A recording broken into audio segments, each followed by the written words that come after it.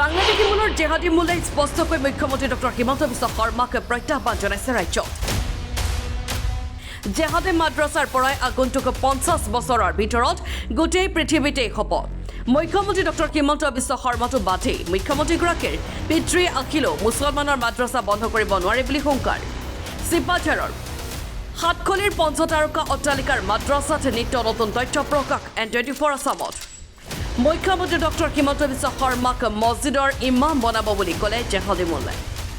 চিপাঝাৰৰ সাতখলিৰ হাইস্কুলৰ শিক্ষকে জেহাদী মোল্লা ৰুহুল আমিন, জেহাদী মোল্লা বাবৰ আলী, জেহাদী মোল্লা মুকুট আলী, জেহাদী মোল্লা আজমল আলী, জেহাদী মোল্লা ইনামুল হক আৰু জেহাদী টেট শিক্ষক মজনুৰ আলীয়ে জেহাদী প্ৰশিক্ষণ দিয়াৰ উদ্দেশ্যৰে জেহাদী মোল্লাৰ মিলন সভা পাতি বাংলাদেশী মূলৰ জেহাদী মোল্লাক বৰপিৰা পাৰি দি সাতখলিত পঞ্চতাৰকা অট্টালিকাৰ জেহাদী মাদ্ৰাছা স্থাপন কৰিছে।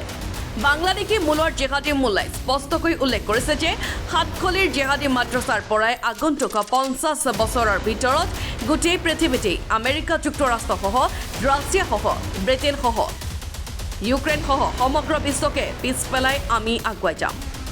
বাংলাদেশী মূলৰ জেহাদী মোল্লাই স্পষ্টকৈ মুখ্যমন্ত্ৰী ডক্টৰ হিমন্ত বিশ্ব শৰ্মাক প্ৰত্যাহ্বান জনাইছে।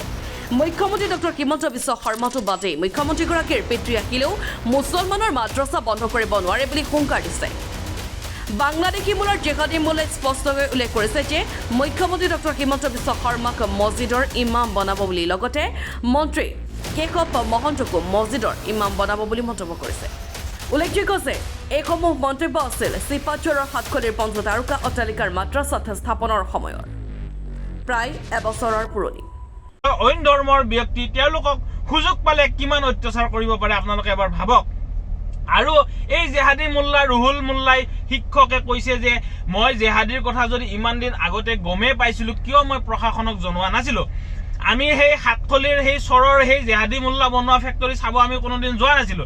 যেতিয়া গৰু ব্যৱসায়ী গৰু বেপাৰী ভিতৰৰ ঘৰত সেই জেহাদী মোল্লা ৰুহুল আলীৰ ভায়েক বাবৰ আলীয়ে মোক মাতি দিলে আলোচনাত বহিবলৈ, তেতিয়া মোক যেতিয়া 5 লাখ টকাৰ চান্দা ধৰিলে তেতিয়াহে মই গম পালো কিহত লাগে কি কামত লাগে। সেই তেতিয়া তেওঁলোকে ক'লে জেহাদী মোল্লা বনোৱা ফেক্টৰীৰ কথা।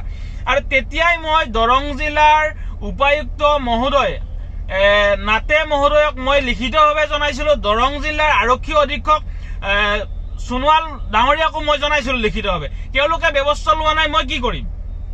মইতো জনাইছিলো আজি 3-4 মাহ আগতে মই লিখিতভাৱে মই জনাই থৈছো। তেওঁলোকে ব্যৱস্থা নললেতো মোৰ ক'ব লগা নাই।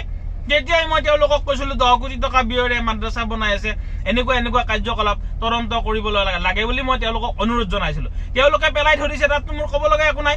এতিয়া মই সংবাদ মাধ্যমৰ জৰিয়তে পোহৰলৈ আনিলো কাৰণে সকলোৱে গম পাইছে। মই আগতে লিখিত দি থৈ দিছো, এনেকুৱা নহয় যে মই আজিহে আনিছো। জেহাদী মোল্লাসকলে ইমান মিছা মাতে তেওঁলোকৰ বাংলাদেশী মূলৰ জেহাদী মোল্লা মুছলমানৰ লগত সম্পৰ্ক নাই বুলি। এই ভিডিঅ'টো প্ৰমাণ কৰি দিলে বাংলাদেশী মূলৰ জেহাদী মোল্লাক আনি পেলাই তাতে মিটিং কৰি আছে, সেই জেহাদী মোল্লা বনোৱা ফেক্টৰী খুলি আছে। আৰু তেওঁলোকে মিটিং কৰি কৈছে যে 10 বছৰৰ ভিতৰত 10,000 জেহাদী মোল্লা তৈয়াৰ কৰি দেশৰ চুকে কোণে পঠাম আমি। তেওঁলোকৰ লক্ষ্য, তাৰ কাৰণে তেওঁলোকে জেহাদ ঘোষণা কৰিছে যে জান মাল ত্যাগ কৰিব লাগিব। জান মানে কি? নিজৰ জীৱনটো ত্যাগ কৰিব লাগিব। মানে কেতিয়াবা লাগিলে মৃত্যু তেওঁলোকে নিজৰ জীৱন দিবলৈ তৈয়াৰ আছে। এই জেহাদী মোল্লাসকলে ইমান কট্টৰপন্থী গাঁৱত ইমান আইন বনাই, ইমান দুখীয়া মানুহ আছে, সেই দুখীয়া মানুহসকলৰ ওপৰত তামাম অত্যাচাৰ কৰে। তেওঁলোকে এই সাতখলি গাঁৱত 20ৰ পৰা 30 জনী হিন্দু ছোৱালী আছে। এই জেহাদী মোল্লাসকলৰ বংশধৰে পলুৱাই আনি ৰাখিছে হিন্দু ছোৱালীক।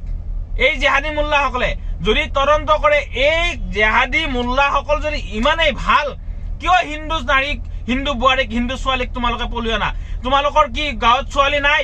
মুছলমান ছোৱালী তোমালোকক নিদিয়ে, সেইকাৰণে তোমালোকে হিন্দু ছোৱালী পলাই আনা।